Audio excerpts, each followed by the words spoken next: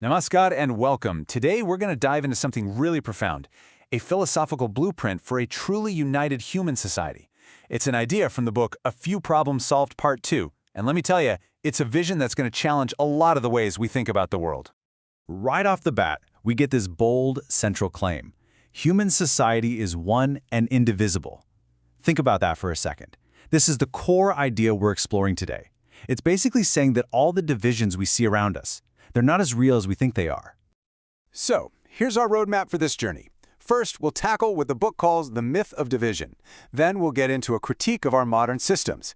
After that, we'll look at a pretty unique solution involving leaders called Sadvipras, dig into the core principle of valuing every single human being, and finally see what new path this all points toward.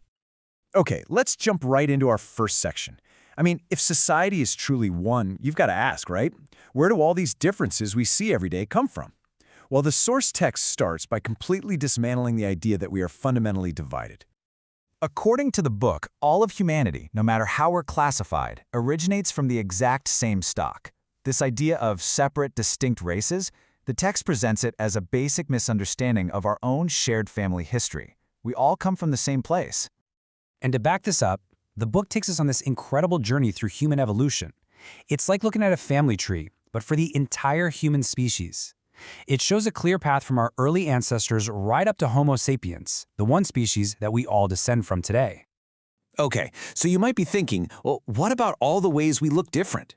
The book argues those are just superficial adaptations. Things like skin color changing based on sun exposure over generations. It says these are literally only skin deep.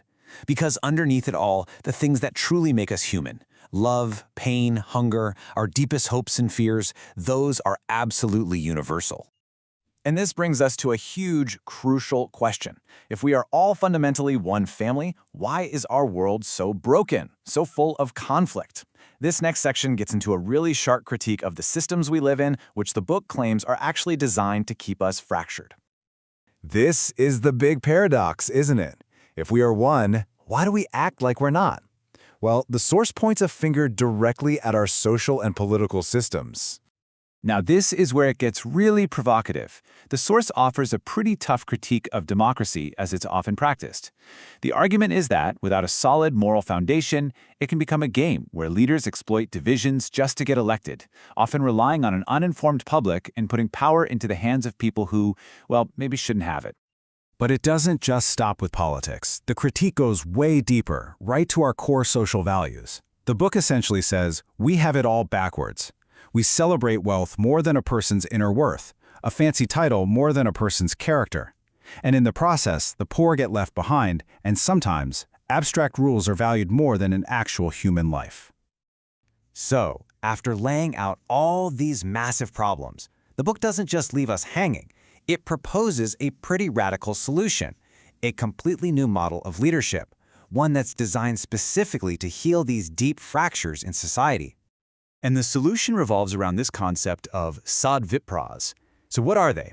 The book defines them as spiritual revolutionaries. These are people who aren't just brilliant thinkers, they're also deeply moral and completely dedicated to the well-being of everyone.